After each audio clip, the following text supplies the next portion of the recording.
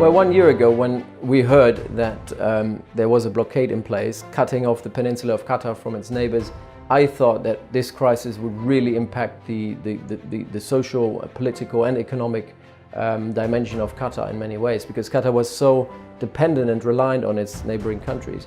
But considering where we were a year ago and where Qatar is today, I think Qatar was very, very strong in weathering the crisis. Of course, they invested billions and billions of dollars into alleviating the impact of that crisis on the economy. But they did it quite well in a way. So we had a positive economic growth rates by 2.6%. The Qatari internally, so if you look at the social dimension, the Qataris are now more lenient and more loyal to the emir than they've ever been. There's a lot of rallying around the flag. So while the blockading countries were aiming to somewhat divide Qatari society, and especially divide society from the leadership, I think now we've seen a lot of rallying around the flag in a way that the Qataris are supportive of their leadership in a way that they've never been in throughout history. If you look at the economy, the Qataris have now completely changed the labor laws internally. They have created a better environment to do business. They're attracting foreign investments, attracting foreign companies to do business in Qatar in a way that they haven't done before. Because Qatar was always somewhat negligent when it comes to reforming. Qatar is a very rich country that never really thought sincerely about the post-hydrocarbon era or the post-gas era.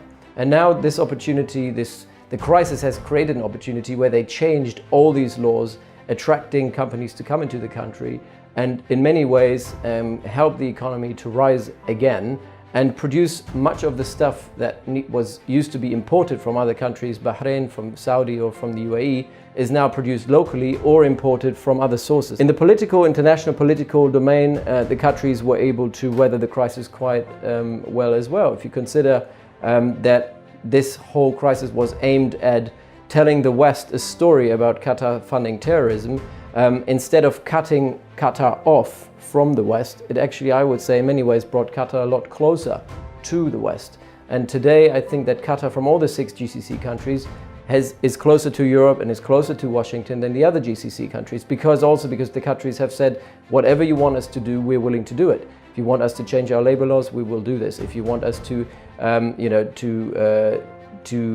provide more civil liberties to our people, we're willing to do this. So there's been a massive reform effort within Qatar that the West has positively responded to. The Qataris have also said, if you want to have control over our finances when it comes to financing terrorism or financing other radical groups in the region, we're opening our books and we give you open access to all the different sources of our finances, plus the destinations of where the money is going, so that you cannot come and tell us we continuously funding terrorism, because it's not true. So the Qataris in many ways have given up on their sovereignty in this respect. They have provided the Americans in particular with a memorandum of understanding that provides the Americans full access to all the books of the country. So all the assets that are in Qatar, plus where all the assets are going overseas.